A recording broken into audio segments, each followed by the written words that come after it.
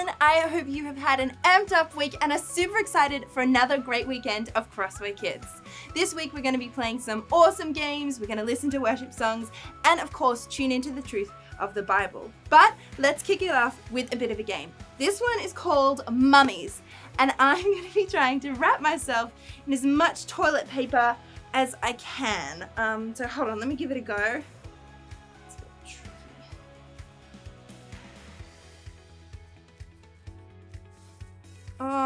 This is too difficult. I think I'm gonna need some help. Matt, do you think you can come help me? Yeah. All right, there you go. Okay. Start spinning, I'll just hold it.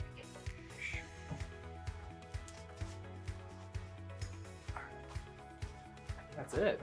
Oh my gosh, we've got it. Amazing. Well, I guess things are much easier when you cooperate and work together, which is actually what our Bible story is about this week.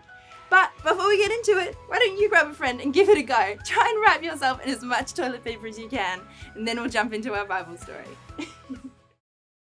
The Bible. It's 66 books of history, stories, letters, and poetry that fit together to form God's one big story. The epic adventure of how He created us and loves us so much that He made a way to rescue us. As we travel through the Bible, from Genesis to Revelation, we discover people who met God and found their lives changed forever. Now, for an amazing story, inspired by the book of Exodus, chapter 17, verses 8 through 13. God had freed the Israelites from slavery in Egypt and led them into the desert. But with no home of their own, the Israelites were still wide open to enemy attack as they traveled. One evening, as Moses walked through the camp, his assistant Joshua raced up. Amalekites! Where? How many? Just a few men right now. They attacked at the rear, where many of the women and children are. But we beat them back.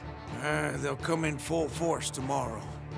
Moses turned to survey the land around them in the last rays of the setting sun.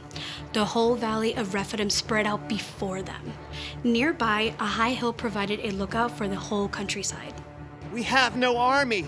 We'll have to fight. You choose our best men and get ready for battle in the morning. Will you come with us? No. Moses pointed at the hilltop. I'll climb up there and hold up the walking stick that God gave me. Both men looked at the sturdy staff in Moses' hand. It was no ordinary stick. Moses had lifted the staff when God had parted the water of the Red Sea so the Israelites could escape. Yes, sir. I'll call the men. In the great chill before dawn, Joshua and his group of inexperienced fighters prepared for battle against the Amalekites. I've never held a sword. God has saved us many times. He can do it again. As the ragtag army gathered at one end of the valley, Moses climbed the hill with his brother Aaron and his friend Hur.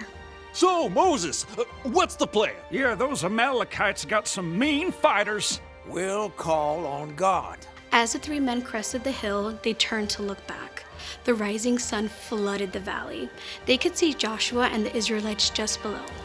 At the far end of the valley, a vast swarm of Amalekites rushed forward. Oh, more Amalekites than bees in a hive. Within minutes, the two groups clashed. It was clear from the very beginning that the Amalekites had the upper hand. They'll wipe us out in no time. Wait. At the very crest of the hill, Moses grabbed his staff and raised both hands high in the air. Our God is stronger than any enemy. In a short time, the tide seemed to turn. Well, what do you know? Joshua's pushing them back. The Israelites steadily beat back the Amalekite army. But as the sun rose and the heat increased, Moses' arms grew tired. Little by little, his arms sank down. Uh-oh. The Amalekites have busted through our line right there. We were doing so well. God, help us.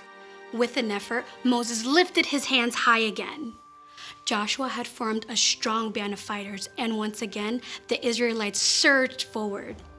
Moses lowered his arms to stretch. Ah, my back! What just happened? Joshua had them.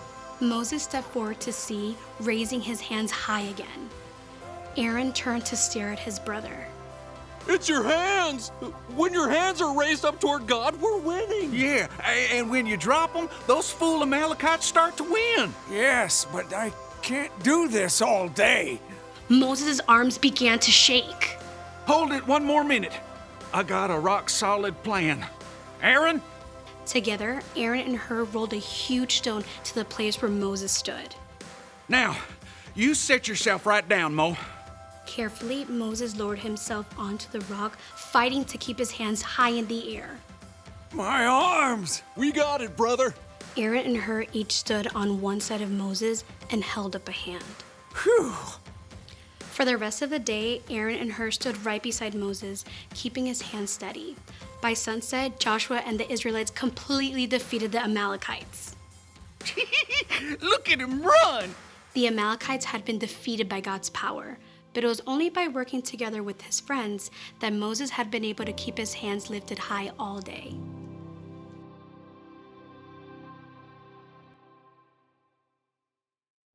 I think it's so cool how Aaron and Hur worked together. You see, they were able to hold up Moses' arms so he could keep his staff in the air. And in the end, that meant that Joshua and the Israelites were able to win the battle. So them working together had such a big impact. And I think that's something that we can take into our lives as well.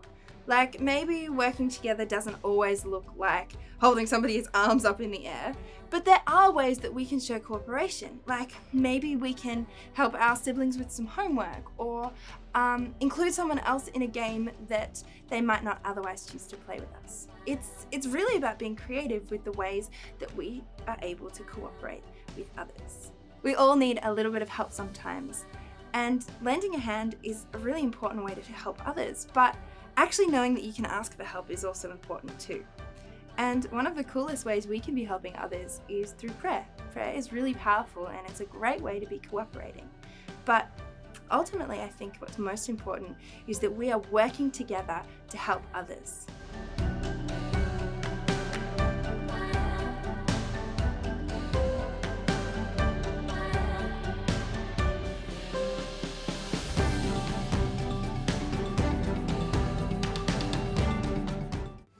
Thanks so much for joining me this week at Crossway Kids. We'll see you next time. Bye!